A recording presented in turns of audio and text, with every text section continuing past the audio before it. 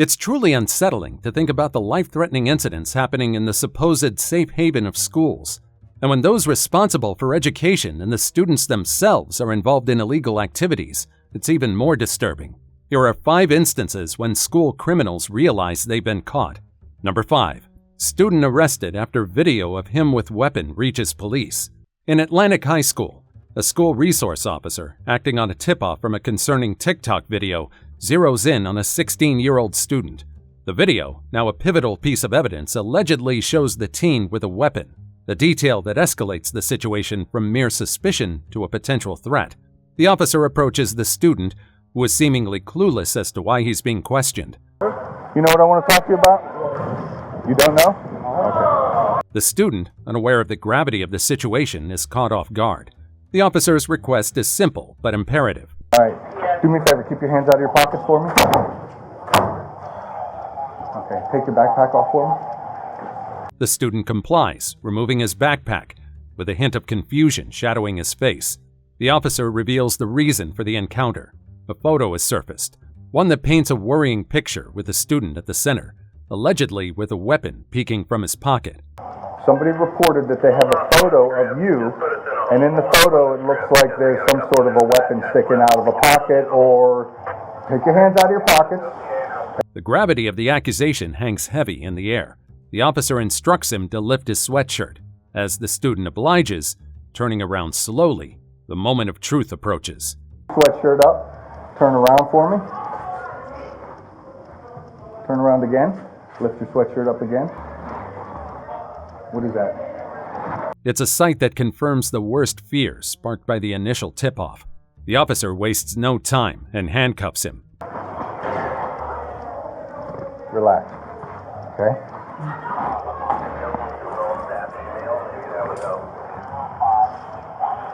It's truly impressive to witness the officer's unwavering composure throughout this nerve-wracking ordeal. In the midst of such a tense and potentially perilous situation, where the student's actions could have easily spiraled into a tragedy, the officer maintains a remarkable sense of calm and collectedness. The officer's next question seeks to uncover the full extent of the situation. Anything else I need to be concerned about? It's not cocked. Is it? There's a mag inside my gun. What kind of gun is it? It's a 9mm. The student reveals the weapon specifics. Thankfully, it's not cocked, but it does have a magazine inserted. A detail that, while slightly reassuring, does not diminish the severity of the situation. With the weapon now identified, the officer's primary concern takes a significant shift towards managing the situation with a high degree of care and sensitivity. This back door, I'm not going to parade you through the gym, but we're going to go to my office and we're going to do the investigation. Okay? This strategic choice is not merely tactical, but also humane, designed to spare the student from the added pressure and scrutiny of public attention. The officer decides to relocate the proceedings to a more controlled and private environment, the officer's office. This neutral and secluded setting provides a safe space where the investigation can proceed without the distractions and prying eyes of curious onlookers. It's truly reassuring to witness how officers go the extra mile to spare suspects from embarrassment, guiding them away from the public eye. This act of compassion is genuinely heartwarming, reminding us that we're all human beings, and that kindness can prevail, even in challenging moments. As the officer and students prepare to leave the scene, the officer calls out to a coach. Hey, coach, grab this bag for me. A request that enlists the help of another school authority to ensure that every detail, no matter how small, is accounted for in the unfolding investigation. The way those officers handled the situation really highlights the significance of their readiness to tackle something no school wants to deal with. Big props to them for their commitment to creating a safe and nurturing learning environment, protecting students from both outside dangers and the messes they might get into themselves. It's about more than just enforcing rules. It's about nurturing a culture of safety and responsibility. You can sense the officer's genuine care for people in the way he delicately and seriously handled the situation, all while displaying grace. His choice to spare the boy from embarrassment, his evident concern, and his adept handling of the matter, even for the student involved, reveal a lot about his character. It's important for society to recognize that there are remarkable officers like him out there, working for our well-being. Number 4. Drunk principal crashes car, gets arrested for DWI. Have you ever had to make the dreaded trip to the principal's office where you can practically taste the trouble in the air? Well, this time, flip the script. It's the principal who's caught in a major pickle, and what she's done could bring about some seriously hefty consequences, far worse than just a detention slip. Heather Walton, the principal of Roy B. Kelly Elementary School in Lockport, finds herself in a precarious situation when her Lincoln Navigator crashes into 2 trees on a Davison Road property, leading to her arrest for driving while intoxicated. The incident happened around 5:30 p.m. near Route 31 and the Lockport Town and Country Club. What follows is body cam footage of the aftermath. In the video, a cop tells Walton she's getting arrested for driving under the influence. You are under arrest for driving while intoxicated. A refusal to submit to a chemical test or any portion thereof will result in the immediate suspension and subsequent revocation of your license or operating privilege. Then, the officer explains that if she refuses a breathalyzer or blood test, her driver's license will get suspended right away and could eventually get taken away. Refusal to submit to a chemical test or any portion thereof can be introduced into evidence against you at any trial, proceeding, or hearing resulting from this arrest. Plus, they could use her refusal against her in court. But even with all that info, Walton says no to the test. To a chemical test to determine the alcohol or drug content of your blood.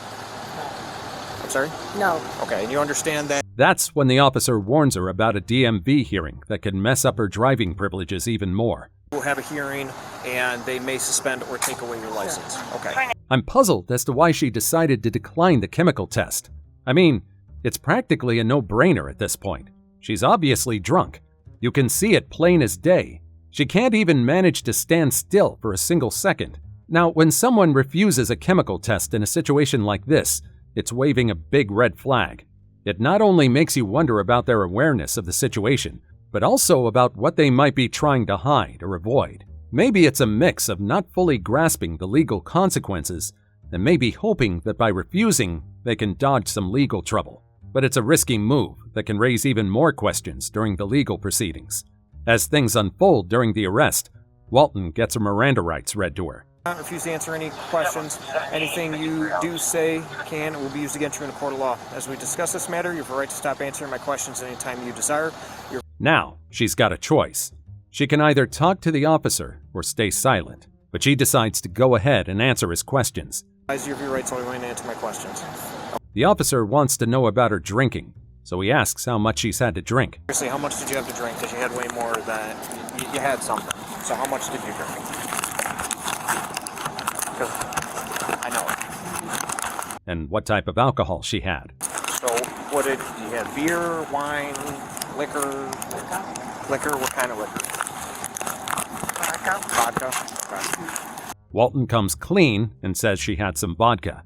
This interaction, coupled with her refusal to submit to a breath test both at the scene and later at the station, leads to charges including misdemeanor DWI, refusal to take a breath test, and failure to maintain her lane. Walton is subsequently released on an appearance ticket, but it doesn't stop there. Her job takes a hit too. The school district acts pretty fast and puts her on leave. They bring in an interim principal as a temporary fix for the problem. Walton, who used to be a source of guidance and leadership, now finds herself in the midst of a legal ordeal. The charges are hanging over her head. A court date is on the horizon, and the legal proceedings are about to kick into gear.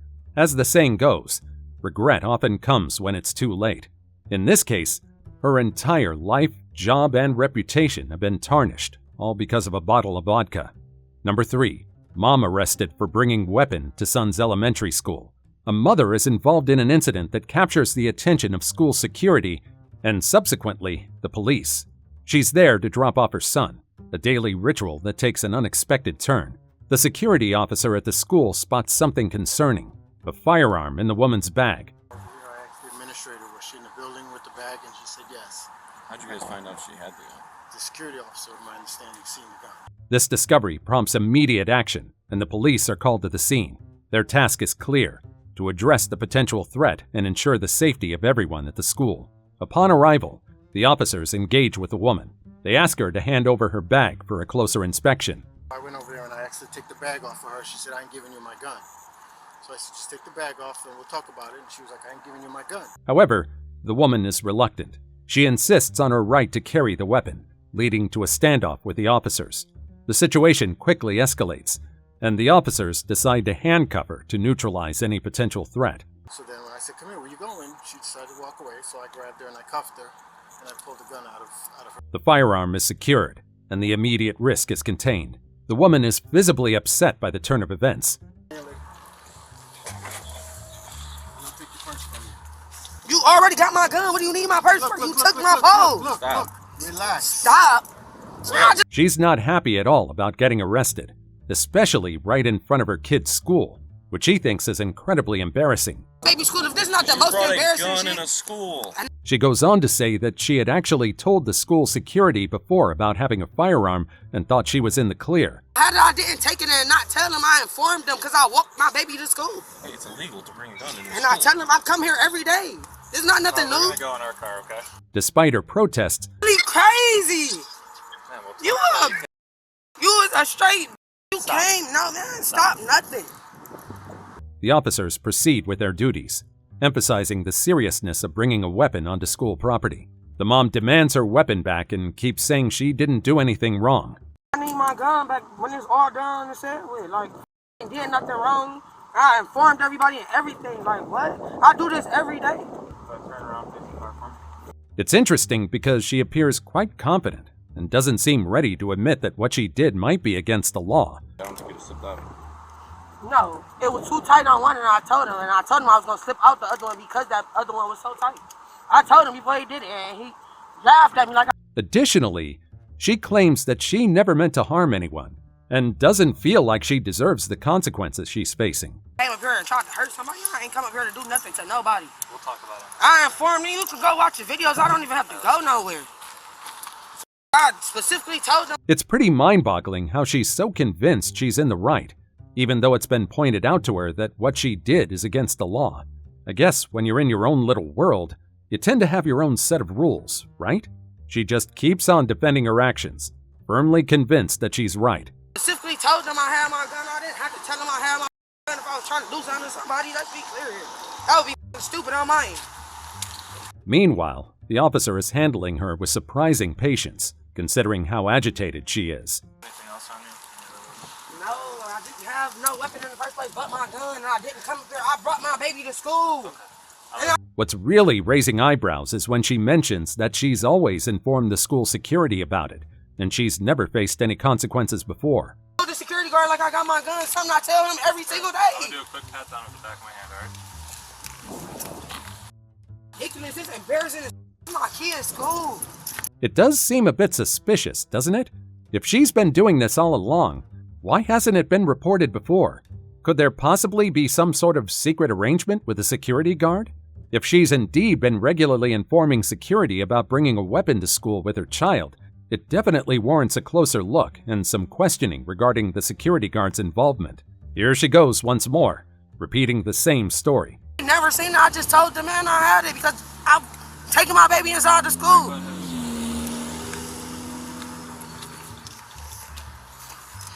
Refusing to accept any accountability for what she's done. The video doesn't really give us a clear resolution, but one thing's for sure. Some people just don't get what being accountable means. This mom is all wrapped up in her own embarrassment and doesn't seem to care about breaking the law or putting others in danger. It's wild how she's acting like she's the one being wronged when her actions could cause trouble for others. And hey, not knowing the law isn't an excuse, especially with everything going on in the world. She should know better than to bring a deadly weapon to school. Number 2. Police confront belligerent parent at Florida school. Schools can definitely have their fair share of drama, and it's not just limited to the students. Parents can get involved too, but when it starts to include a dangerous weapon, a road rage incident, and someone who's all fired up and belligerent, that's when the police have to step in, and that's exactly what this next case is all about. In an elementary school pickup line, tensions unexpectedly escalate when police confront a parent named Vinny. What I'm telling you is we have a complaint that a firearm was presented, okay, at a school. You understand that? Did I present it at the school? I just pulled in. Look at the food. Don't you guys? Vinny, who's there to pick up his son, finds himself at the heart of grave accusations, leading to charges of possessing a weapon on or near school grounds and aggravated assault. It all started with a road rage incident as Vinny was heading to the school. Suddenly, Things take a turn when another parent reports to the school staff that Vinny seems to have pulled out what looks like a firearm during the heated exchange with the other driver. The officers approach Vinny's car with caution and body cameras rolling, signaling him to step out. At the school, I just pulled in. Look at the food. Don't you guys have cameras? All I need you to do is step out. Vinny's reaction is immediate and intense. Sir, and this guy can run me off the road and drive away. Where's he at? We'll address Where that. is he at? We'll address that. Where is he at? He drove away already. You're not listening to me. He feels wronged, especially since he's just dealt with a road rage incident involving another driver who, according to him, ran him off the road and then disappeared. Vinny just can't wrap his head around why the police are honing in on him instead of going after the other driver. You're not going to address it because he's gone. How can that be calm? I know you're upset. No, you don't understand. The whole situation's got him pretty worked up. As things heat up, you can see Vinny getting more and more agitated. He's genuinely concerned about how this whole confrontation is being perceived by the other parents nearby. You're going to make me look like a criminal in front of all these fucking I'm not parents. trying to make you look like anything. Yes, you are. What you're doing is you're elevating. What I need you to I do am is elevating. calm down. Why would I not There elevate? doesn't have to be a If scene. someone ran you off the road, He strongly denies any wrongdoing, especially the accusation of presenting a firearm. You can tell that his frustration isn't just about the situation itself, but that he's genuinely upset about what he sees as an unjust situation. The officers are doing their best to handle the situation, and they're urging Vinny to calm down. Relax. I want to get my son and go home. That's what I want to do. What I need you to do is relax right now, okay? To prevent getting yourself in any trouble, okay? Trouble for what? This doesn't For what? They have to look into the report about the firearm, and Vinny's cooperation is pretty crucial right now. But let's be honest, Vinny isn't exactly in the mood to cooperate. Bring it down a couple Can you go get that who ran me off the road? Are you going to do that? We can bring it down. Did you call anybody for that? Answer my damn question. Listen, sir. Answer my question. You're going to force me to do some things I don't want What are to you do. going to The confrontation just keeps going, and you can see Vinny getting more and more animated.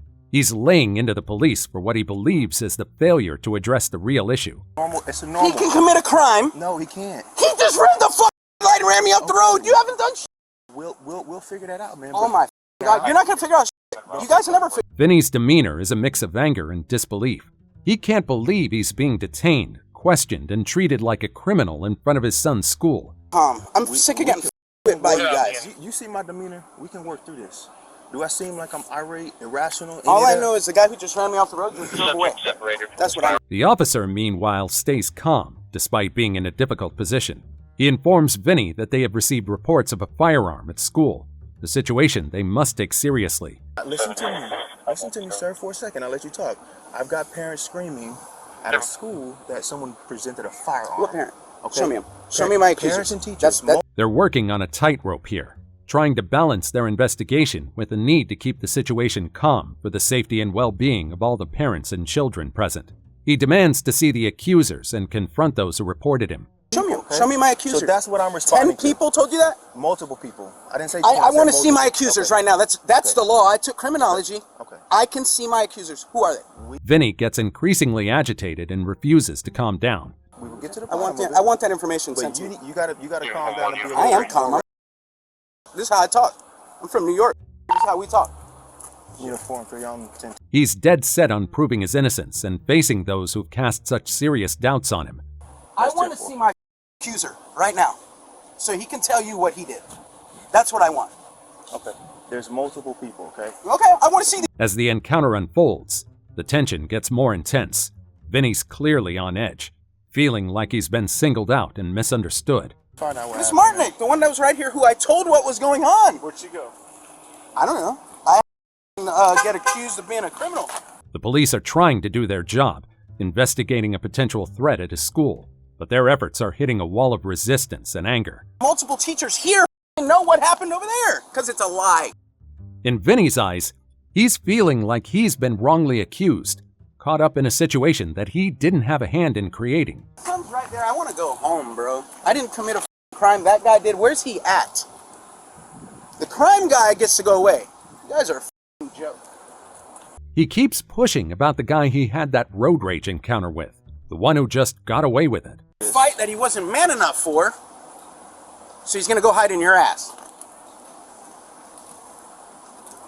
Running me off the road. You're not gonna do about that. The officer's trying to reassure him, promising that they'll figure out what happened and take appropriate action against the other driver. I'm gonna find out what happened, okay? No, you already know what happened according to you. You got multiple witnesses. But Vinny's not backing down. He's challenging the officers, questioning the legality of their actions and the credibility of the accusations against him. Ran to some guy and told him, and then there was a duck goose game, and then everybody said, yeah, we all seen it, and that's a lie. It's a lie. You guys got traffic cams right there. Vinny keeps insisting that he's just there to pick up his son. And pick up my son that I do every some stranger tells you something, you're gonna believe it. And he's really struggling to understand why he's suddenly at the heart of this whole incident. He's even tried to track that guy down. Because you're all worried about me. But despite Vinny's explanations and grievances, the officer doesn't let him leave. Now you're not free to go. You have 30 minutes. I know law. I went to college, not jail. The police are dealing with a highly charged and potentially risky situation, and they're doing their best to unravel the truth. No idea. That's what I've got. So they're trying to figure that out now. So I want this line come over here and tell you the truth. That's what I want. Another officer starts putting away Vinny's belongings, and that really gets him even more upset. I'm not taking it. I'm just. No, you're not. He is. He's putting it in my car on my section. I'm putting it away for a second. I'm putting it in a safe location. Okay. This is still a school, man. Due to Vinny's increasingly angry demeanor and the escalating tension, the officer makes a calculated decision to put him in handcuffs for safety reasons. Accuser here, or did you let him go? You're not under arrest.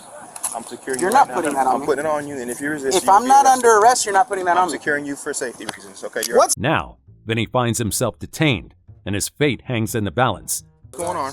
Oh my God! Oh my God! If you're not, I am suing the ultimate. You're detained, okay? Meanwhile, the police are pressing on with their investigation amid a whirlwind of emotions and accusations. For what? Until we figure What's my crime? God damn it! We don't know yet. We don't know yet. You don't know yet. We don't know yet. But you don't know yet. But while I figure it out, I'm Does detained. this seem right to you? As Vinny is escorted into the patrol car, he remains loud and defiant. Oh God! Are these your deputies, man? Hey, over here. He's the officer. Right here. Just relax, man. I can't relax when I'm being detained for no f***ing reason. As the legal process moves forward, Vinny is scheduled for an arraignment hearing in June, where the case will be further examined. You know, I can't help but be more bothered by Vinny's attitude than whatever he's been accused of. Those officers were super patient and understanding, but he didn't show them an ounce of respect. I get he's upset about not being able to reach his kid right away, but if he had just kept his cool, things might have gone a lot smoother.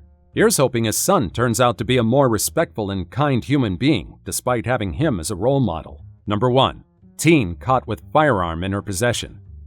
In a Florida high school, the day takes an unexpected turn as officers approach Halisha McKenzie, an 18-year-old student with a serious allegation. Do you recall, did you ever make a statement like that yesterday? That maybe you were messing around and somebody said they saw it or heard it? They ain't never. Apparently, someone had reported that McKenzie had brought a weapon to school. The officers request to inspect her backpack and firmly insist on a thorough search. Okay, can I see your backpack? You have anything else on you that you shouldn't have on you today? Could you empty your pockets out for me? She's also asked to empty her pockets, a request that may seem invasive but is considered necessary given the circumstances. Huh? Because I'm checking for the safety. I'm checking everything. Then empty your... Now, Mackenzie's feeling a bit hesitant, and understandably so, but the officers emphasize the importance of cooperation, hinting at the potential consequences if she decides not to go along with it. Huh? I don't feel like you... Empty your pockets or you're going to be... The atmosphere grows tense with suspicion, quite literally, as one officer claims to smell illegal substances coming from her. I smell, but that... That's not... Listen, I'm just explaining to you that I'm doing a safety check. No one's accused you of anything. But why search me? Mackenzie appears genuinely puzzled by this claim. Because we have a serious allegation. So we are going to search you. Okay, but can you call me home? Because I don't feel this is necessary. It was other kids in the classroom. I know it's okay. However, the officers remain unwavering and continue their search. Because of Mackenzie's resistance, she's ultimately placed in handcuffs. Stand up. What? Wait, why? Because I'm telling you to. Stand up. Stand up. Okay, you're not under arrest. You understand that? The turning point comes when the officers discover a firearm in Mackenzie's possession. Can you come off with this, son of a... That's my wallet. She expresses her discomfort as she's given a pat-down, insisting that she has nothing else on her. Just cooperate. Bro, I am cooperating, but oh my God, bro, you serious? Sit down. How did he come back? As she tries to explain herself, her voice carries a mix of fear and disbelief. Harm nobody. You're in possession of a firearm on school grounds. I understand that, but no one And a was tip was harmed. received. It doesn't matter if anybody's harmed. The officers take a moment to make sure Mackenzie understands the gravity of the situation, emphasizing the legal repercussions of carrying a weapon on school grounds. You're not allowed to possess a firearm, period, let alone on school grounds. The revelation is shocking, but the officers maintain their procedural composure as they recite her Miranda rights. Okay, You have the right to remain silent. okay. Anything you say can and will be used against you in a court of law.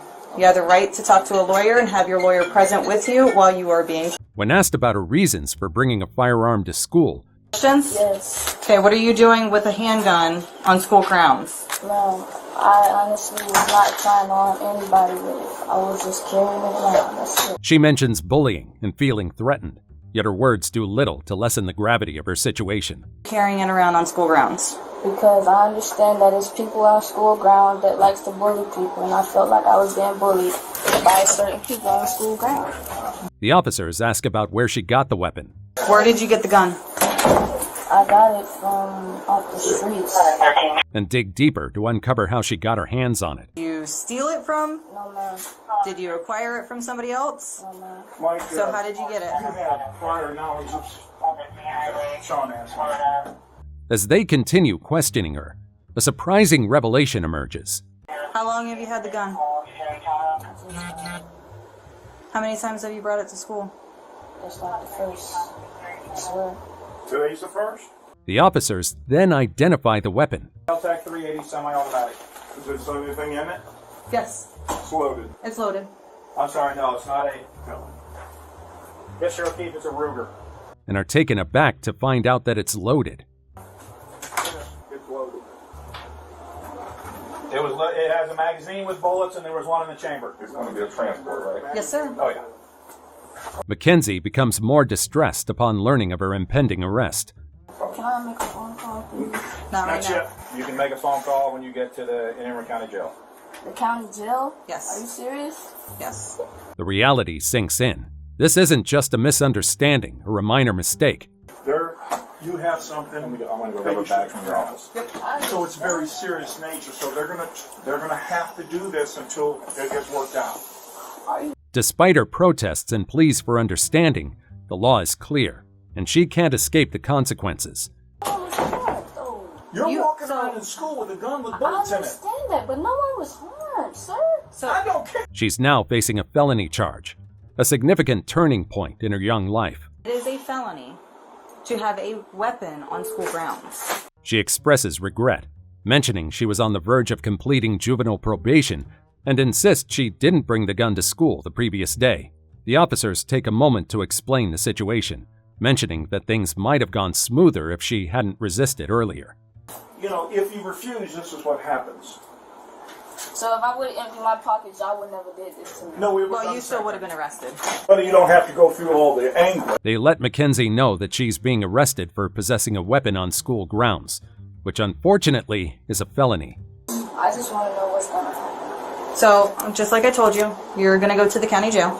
Okay, you're under arrest right now for possession of a weapon on school grounds. It's a felony. Despite her pleas, they let her know that she'll be taken to the county jail, where she'll have the chance to make a phone call. Here, you're going to be transported to the county jail. Okay, at that time, you will be able to use the phone in booking Yeah, Mr. Branch. to call whoever you'd like. She's then asked if her mother is aware that she has a firearm in her possession. Who do you live with? Just curious. I stay with my mom. Your mother? Yeah. Does she know you got one? No. Mackenzie begs the officers to contact her mother. Just went on my end, contact your mother. Can you please? I mean, I don't So have she to. knows, please? Well, that's up to law enforcement right now. Please? She will know when you contact her at the jail. Yeah, you're okay? Despite her age, which is 18, they assure her that they will eventually get in touch with her mother. Right, control right now.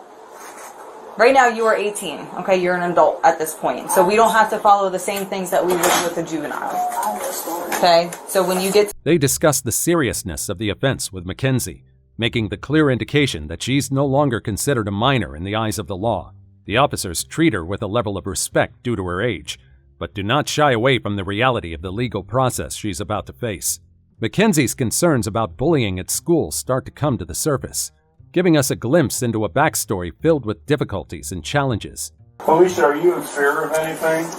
No, I mean, is there anybody at school that you're worried about? I mean, yeah, it was. But not any longer. She opens up about her sister's attempt to report the bullying. Trying to, like, they was messing with me and my sister and Did you report it to anybody yet?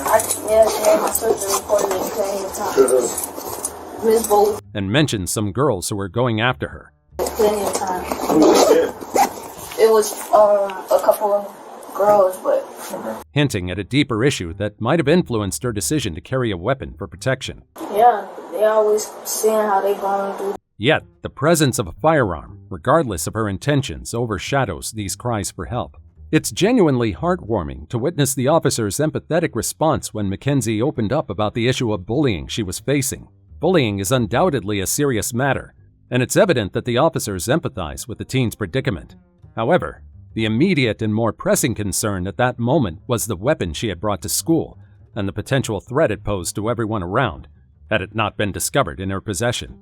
The officer's final interactions with Mackenzie underscore the transition from a school disciplinary issue to a matter of criminal justice. They prepare for her departure to the county jail, which is a big change from the school she's used to.